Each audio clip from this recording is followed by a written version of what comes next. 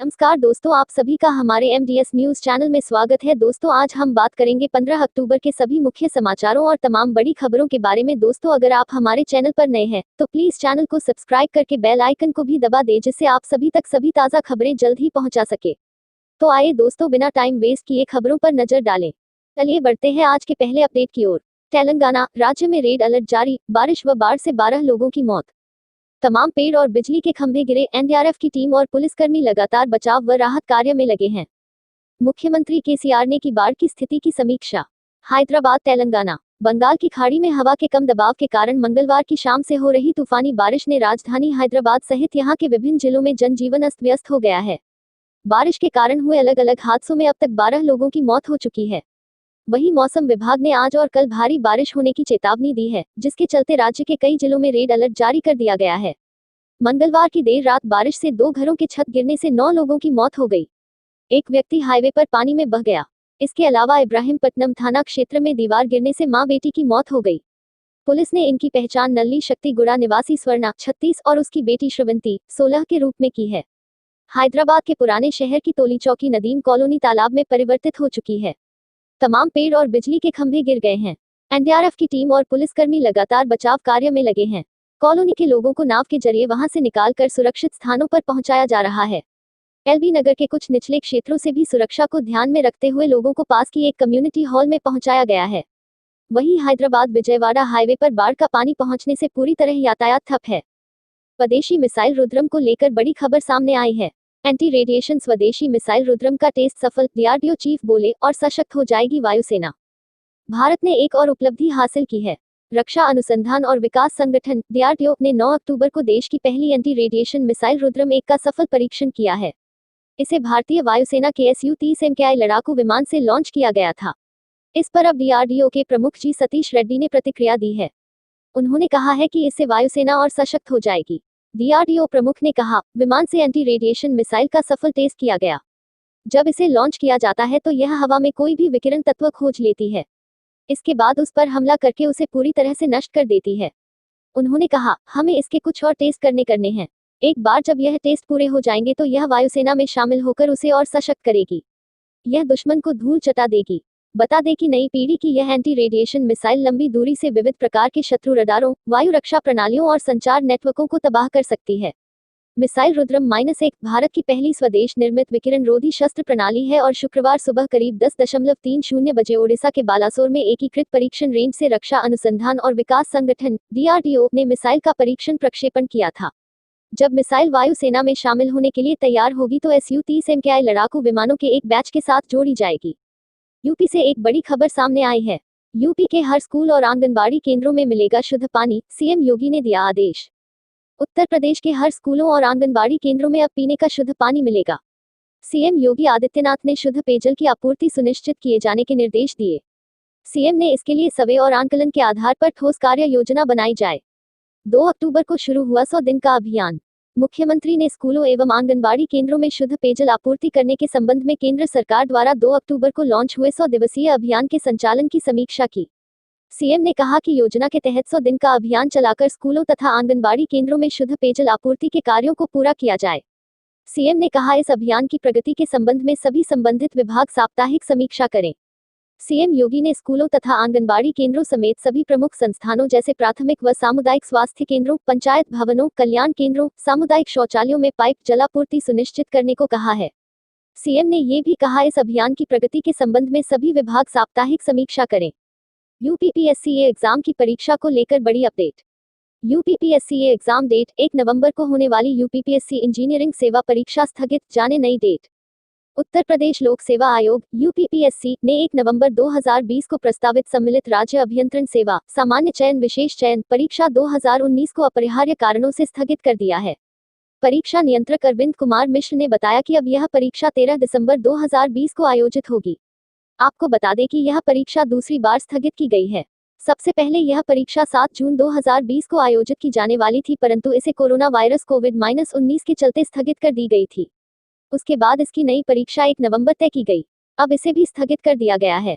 उत्तर प्रदेश लोक सेवा आयोग ने उत्तर प्रदेश सम्मिलित राज्य अभियंत्रण सेवा सामान्य चयन विशेष चयन परीक्षा 2019 के लिए जिन उम्मीदवारों ने आवेदन भरते समय इंजीनियरिंग ब्रांच नहीं भरा था उनके लिए इंजीनियरिंग ब्रांच भरने के लिए 2 बार मौका दिया था। आयोग ने एक नोटिस जारी कर कहा था कि वे उम्मीदवार जिन्होंने इंजीनियरिंग ब्रांच नहीं भरा है वे इसको 31 अगस्त तक भर दे। सितंबर को पुनः नोटिस जारी कर इसकी अंतिम तिथि 5 सितंबर 2020 तक बढ़ा दी थी। ज्ञात है कि उत्तर प्रदेश लोक सेवा आयोग यूपीपीएससी ने सम्मिलित राज्य अभियंत्रण सेवा सामान्य चयन विशेष चयन परीक्षा 2019 के लिए नोटिफिकेशन 30 दिसंबर 2019 को जारी किया था। यूपीपीएससी सीएसईएस परीक्षा 2019 के माध्यम से 692 सामान्य चयन रिक्तियों और 20 विशेष चयन रिक्तियों के लिए अर्थात कुल 712 पदों के लिए उम्मीदवारों का चयन किया जाना है। इनमें असिस्टेंट इंजीनियर, भूमि संरक्षण अधिकारी, टेक्निकल ऑफिसर, इंजीनियर और अन्य पद हैं। अफ्रीका में लगी भीषण आग। अफ्रीका के सबसे ऊंचे पर्वत किलिमंजारो पर लगी भीषण आग बुझाने में जुटे 500 स्वयंसेवक। अफ्रीका के सबसे ऊंचे पर्वत तंजानिया के किलिमंजारो पर भीषण आग लग गई है, जिसके बाद आग को बुझाने के लिए 500 स्वयंसेवक जुट गए हैं। ये आग कितनी जोरदार है इसका अंदाजा इसी बात से लगाया जा सकता है कि मीलों दूर से आग की ऊंची ऊंची लपटें देखी जा सकती हैं। तंजानिया नेशनल पार्क्स के प्रवक्ता पास्कल शेल्यूटेटे ने मंगलवार को बताया कि आग बुझाने के काम में जुटे लोग इसे और फैलने से रोकने में सफल हुए हैं, मगर किफुनिका पहाड़ी अब भी आग की लपटों से घिरी हुई है। आगे जानकारी देते हुए पास्कल ने बताया कि आग लगने के कारण अभी तक पता नहीं चल सका है। तंजानिया नेशनल पार्क्स के प्रमुख हेलर किजाजी ने कहा कि आग इतनी भीषण थी कि इसके कारण 28 वर्ग किलोमीटर क्षेत्र में लगी वनस्पतियां बुरी तरह जल गई हैं। किलिमंजारो पर्वतारोहियों के बीच बहुत लोकप्रिय है। इसकी ऊंचाई 5926 मीटर है, जिसके चलते ये पर्यटकों को खासी आकर्षित करती है। अफगानिस्तान में हेलीकॉप्टर की टक्कर।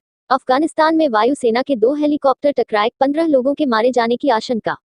अफगानिस्तान के दक्षिणी हेलमंद प्रांत के मध्य में 2 अफगान सेना के हेलीकॉप्टरों के मध्य रात्रि में गिरने के बाद कम से कम 15 लोगों के मारे जाने की आशंका है। स्थानीय टोलो न्यूज टीवी ने बुधवार को बताया कि यह दुर्घटना प्रांतीय राजधानी लश्करगह के दक्षिण पश्चिम में नवाए बाराकजई जिले में मंगलवार आधी रात को हुई। यह प्रांत हाल के दिनों में भारी झड़पों का दृश्य रहा है, जब 2 पड़ोसी प्रांतों के सैकड़ों तालिबान स्थानीय उग्रवादियों में शामिल हो गए और लश्करगाह पर कब्जा करने की कोशिश की। 24 सितंबर को उत्तरी बागलान प्रांत में तकनीकी खराबी के कारण अफगान वायुसेना का एक हेलीकॉप्टर दुर्घटनाग्रस्त हो गया, जिसमें 2 पायलट मारे गए। अमेरिका और बांग्लादेश को लेकर बड़ी खबर सामने आई है। बांग्लादेश से रिश्ते बढ़ाना चाहता है अमेरिका, भारत से मांगा पड़ोसी देश का इनपुट। अमेरिका के उप विदेश मंत्री स्टीफन बायगन भारत की यात्रा पर हैं। बायगन 12 से 14 अक्टूबर तक भारत में हैं। इसके बाद बांग्लादेश की 2 दिवसीय यात्रा पर जाएंगे। इस साल के अंत में प्रस्तावित अमेरिका भारत 2+2 वार्ता से पहले भारत की बायगन की यात्रा अमेरिका भारत व्यापक वैश्विक सामरिक साझेदारी को आगे बढ़ाने पर केंद्रित होगी। इसके साथ उनकी यात्रा इस बात पर भी केंद्रित रहेगी कि दोनों देश मिलकर हिंद प्रशांत क्षेत्र और दुनिया में कैसे शांति, समृद्धि और सुरक्षा को आगे बढ़ा सकते हैं। अपनी यात्रा के दौरान बायगन ने भारत सरकार से कहा है कि वाशिंगटन उसके पड़ोसी देशों से परामर्श करेगा। बता दें, बीते कम से कम 1 दशक के भीतर बायगन पहले अमेरिकी वरिष्ठ अधिकारी होंगे जो बांग्लादेश के दौरे पर आ रहे हैं।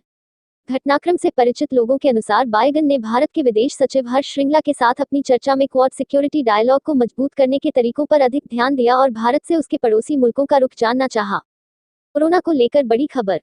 Corona virus in India. देश में कोरोना संक्रमित मरीजों की संख्या पहुंची 72 लाख के पार, 63 लाख से ज्यादा लोग हुए ठीक।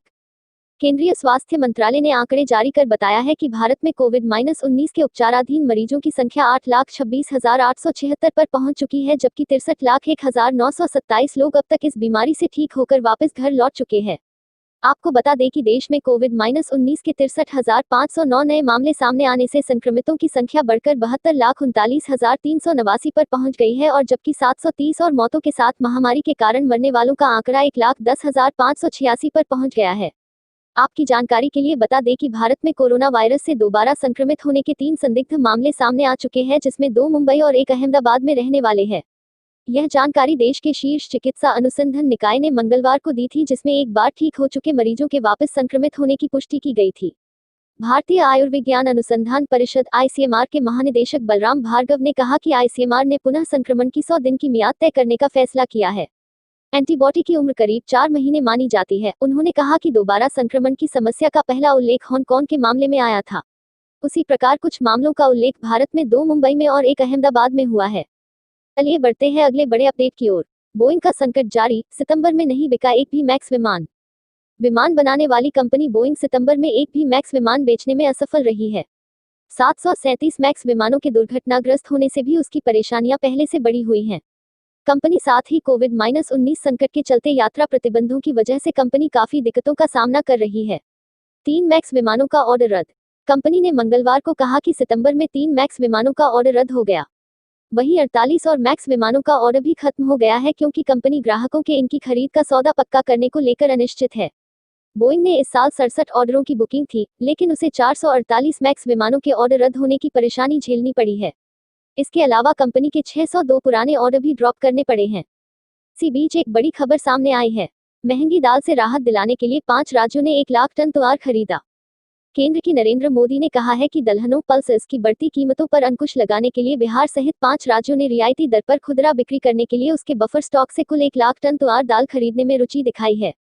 केंद्र सरकार ने एक बयान में कहा कि इसके अलावा सरकार ने खुले बाजार में बिक्री ओएमएस के लिए बफर स्टॉक से 40,000 टन ज्वार को छोटे लॉटों में जारी करने का भी फैसला किया है, ताकि दलहन तेज गति से खुदरा बाजार में पहुंच सके, बढ़ती कीमतों को रोकने में मदद कर सके। पिछले एक पखवाड़े में दालों की खुदरा कीमतों में बढ़ोतरी। सितंबर में शुरू किए गए एक नई व्यवस्था के तहत थोक के साथ साथ खुदरा पैकों में न्यूनतम समर्थन मूल्य एमएसपी पर बफर स्टॉक से राज्यों को दालों की पेशकश की जा रही है। उपभोक्ता मामलों के मंत्रालय ने कहा कि अरहर उड़द की खरीफ की फसल के कटाई का समय नजदीक आने के बावजूद पिछले एक पखवाड़े में दालों की खुदरा कीमतों में बढ़ोतरी हुई है। बयान में कहा गया है कि इन दालों की खुदरा कीमतें पिछले साल की तुलना में न केवल अधिक बनी हुई हैं, बल्कि हाल ही में इसमें उछाल भी आया है। चलिए दोस्तों, आज के लिए बस इतना ही। अब कल मिलेंगे देश भर की तमाम बड़ी व छोटी खबरों के साथ। दोस्तों, अगर आप हमारे चैनल पर नए हैं तो प्लीज चैनल को सब्सक्राइब करके बेल आइकन को भी दबा दें और रोजाना ऐसी वीडियोस को लाइक कर शेयर करना ना भूलें। धन्यवाद।